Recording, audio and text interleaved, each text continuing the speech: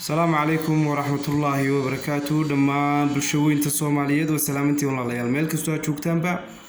maanta xagga waxaan ku soo gudbin doonaa qaybo kamid ah wax soo saarka ay soo saarto shirkadda Ballaaran ee Forever Living productigan ay maanta ka hadli doono waxa kamid ah waa qaybta weight managementiga iyo miisaanka qaybtan miisaanku waxaanu ka sii hadli doonaa qaybta weight gainka ama miisaan kordhinta qaybtan miisaan kordhintu waxay ka samaysan yihiin ama ka kooban yihiin saddex qaybood qaybka malabka oo ah malabkiyo saafiya waxtar badan u leh qofka iyo energy-ga awoodda intaba u siyaadinaya oo qofka miisaankiisana si fiican u kordhinaya halka kale uu yahay B-Bolin oo ah clean isagana malabka laga sameeyay oo isaguna waxtar badan u leh halka amateedka iyo kordhinta amateedka iyo sidoo kale miisaan kordhinta